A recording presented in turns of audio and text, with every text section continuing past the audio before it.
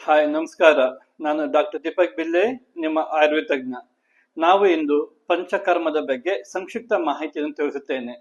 ಬಹಳ ಜನರಲ್ಲಿ ಪಂಚಕರ್ಮ ಎಂದರೆ ಏನು ಎಂದು ಬಂದು ಕೇಳುತ್ತಾರೆ. ಅವು ಪಂಚಕರ್ಮ ಎಂದರೆ 5 ರೀತಿಯ ಟ್ರೀಟ್ಮೆಂಟ್ಗಳನ್ನು ನಾವು ದೋಷಕ್ಕೆ ಅನುಸಾರವಾಗಿ ಹಾಗೂ ರೋಗಕ್ಕೆ ಅನುಸಾರವಾಗಿ ನಾವು ಟ್ರೀಟ್ಮೆಂಟ್ ಅನ್ನು ಮಾಡುತ್ತೇವೆ.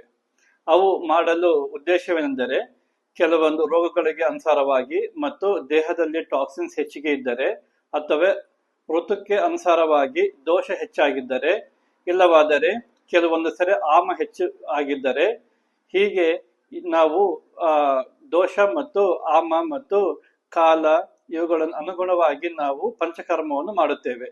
ಪಂಚಕರ್ಮ ಎಂದರೆ 5 ರೀತಿಯ ಟ್ರೀಟ್ಮೆಂಟ್. ಪಂಚ ಅಂದರೆ 5. ಅದರಲ್ಲಿ ಮೊದಲನೆಯದು ವಮನ, ವಿರೇಚನ, ಬಸ್ತಿ, ಶಿರೋಧಾರ ಮತ್ತು ರಕ್ತಮೋಕ್ಷಣ. ಹೀಗೆ ನಾವು ದೋಷಕ್ಕೆ ಹಾಗೂ ರೋಗ ತಕ್ಕ ಹಾಗೆ ನಾವು ಈ ಟ್ರೀಟ್ಮೆಂಟ್ ಅನ್ನು ನಾವು ಸೆಲೆಕ್ಟ್ ಮಾಡಿಬಿಟ್ಟು ಟ್ರೀಟ್ಮೆಂಟ್ ಅನ್ನು ಮಾಡುತ್ತೇವೆ. ಅದಲ್ಲದೆ ಇನ್ನು ಕೆಲವೊಂದು ಟ್ರೀಟ್ಮೆಂಟ್ಗಳನ್ನು ನಾವು ಎಕ್ಸ್ಟರ್ನಲ್ ಟ್ರೀಟ್ಮೆಂಟ್ ಆಗಿ ಮಾಡುತ್ತೇವೆ. ಅವು ಯಾವೆಂದರೆ ಜಾನುಬಸ್ತಿ, ಮೊಣಕಾಲು ನೋವಿದ್ದರೆ, ಅಥವಾ ಬ್ಯಾಕ್ ಪೇನ್ ಹೆಚ್ಚಿದ್ದರೆ ಕಟಿಬಸ್ತಿ. ಹೀಗೆ ಎಲ್ಲಿ ನೋವಿದ್ದರೆ ಅಲ್ಲಿ ನಾವು ಕಟ್ಟೆ ಮಾದರಿಯಲ್ಲಿ ಕಟ್ಟಿ ಅದನ್ನು ಎಣ್ಣೆ ಹಾಕಿಬಿಟ್ಟು ನಾವು ಟ್ರೀಟ್ಮೆಂಟ್ ಮಾಡುತ್ತೇವೆ. ಇವುಗಳಿಂದ ಸಹ ಲೋಕಲ್ ಪೇನ್ ಮತ್ತು ಮಾಂಸಖಂಡರ ಮತ್ತು ಖಂಡಕ್ಕೆ ಬೇಕಾಗಿರುವ ಶಕ್ತಿಯನ್ನು ಸಹ ಈ ಟ್ರೀಟ್ಮೆಂಟ್ ಇಂದ ನಮಗೆ ದೊರಕುತ್ತದೆ. ಇದಲ್ಲದೆ ನಶ್ಯ ಅನ್ನುವುದು ಒಂದು ಟ್ರೀಟ್ಮೆಂಟ್ ಇದೆ. ಆ ನಶ್ಯವು ಸಹ ಒಂದು ಪಂಚಕರ್ಮವಾಗಿದೆ. ಈ ನಶ್ಯವು ನಾವು ಮುಖ ಮತ್ತು ಈ ನಾಸ ರೋಗಗಳಿಗೆ ಅಂದರೆ ಮೂಗಿನ ರೋಗಗಳಿಗೆ ನಾವು ಟ್ರೀಟ್ಮೆಂಟ್ ಅನ್ನು ಮಾಡುತ್ತೇವೆ. ಇದಲ್ಲದೆ ರಕ್ತ ಮೋಕ್ಷಣ ಅನ್ನುವುದು ಒಂದು ಪಂಚಕರ್ಮದ ಅದೊಂದು ರೀತಿಯಾಗಿದೆ. ಇದನ್ನು ನಾವು ಲೀಚ್ ಅಪ್ಲಿಕೇಶನ್ ಮಾಡುವುದು, ಅಥವಾ ಇಲ್ಲಿ ನಮ್ಮ ರಕ್ತವು ಅಶುದ್ಧಿಯಾಗಿದೆ ಆ ಪಾರ್ಟಿನ ರಕ್ತವನ್ನು ತೆಗೆಯುವುದು ಸಹ ಒಂದು ಟ್ರೀಟ್ಮೆಂಟ್ ಆಗಿದೆ. ಹೀಗೆ ಅನೇಕ ರೀತಿಯಲ್ಲಿ ನಾವು ಕಾಲಕ್ಕೆ ತಕ್ಕ ಹಾಗೆ ಹಾಗೂ ದೋಷ ತಕ್ಕ ಹಾಗೆ ಟ್ರೀಟ್ಮೆಂಟ್ ಮಾಡುವುದೇ ಪಂಚಕರ್ಮ ಟ್ರೀಟ್ಮೆಂಟ್ ಆಗಿದೆ.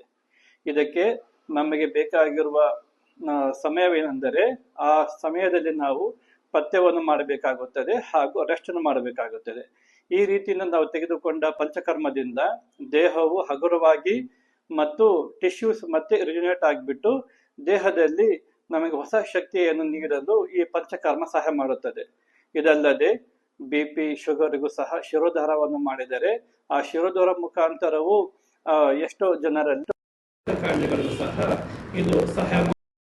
ಇದಲ್ಲದೆ ವಮನ ವಿರೇಚನ ಸಾಮಾನ್ಯವಾಗಿ ಎಲ್ಲರೂ ತಿಳಿದಂತಹ ವಿಷಯವಾಗಿದೆ. ಪಿತ್ತ ಹೆಚ್ಚಿಗೆ ಆದರೆ ಅಥವಾ ಚರ್ಮ ರೋಗವಿದ್ದರೆ ಅವರಿಗೆ ವಿರೇಚನವನ್ನು ನಾವು ಮತ್ತು ಕಫ ರೋಗಗಳಲ್ಲಿ ನಾವು ವಮನವನ್ನು ಮಾಡಿಸುತ್ತೇವೆ. ಹೀಗೆ ಸಂಕ್ಷಿಪ್ತ ಮಾಹಿತಿಯನ್ನು ಪಂಚಕರ್ಮದಲ್ಲಿ ನಾನು ತಿಳಿಸಿದ್ದೇನೆ. ಇನ್ನು ಹೆಚ್ಚಿನ ಮಾಹಿತಿಗಾಗಿ ನಮ್ಮನ್ನು ಸಂಪರ್ಕಿಸಿರಿ ಅಥವಾ ಕಾಮೆಂಟ್ ಮುಖಾಂತರ ನಿಮ್ಮ ಪ್ರಶ್ನೆಗಳಿಗೆ ನಾನು ಉತ್ತರವನ್ನು ನೀಡುತ್ತೇನೆ. Thank you. ಈ ವಿಡಿಯೋವನ್ನು ನೋಡಿ ಲೈಕ್ ಮಾಡಿ, ಶೇರ್ ಮಾಡಿ, ಸಬ್ಸ್ಕ್ರೈಬ್ ಮಾಡಿ. Thank you.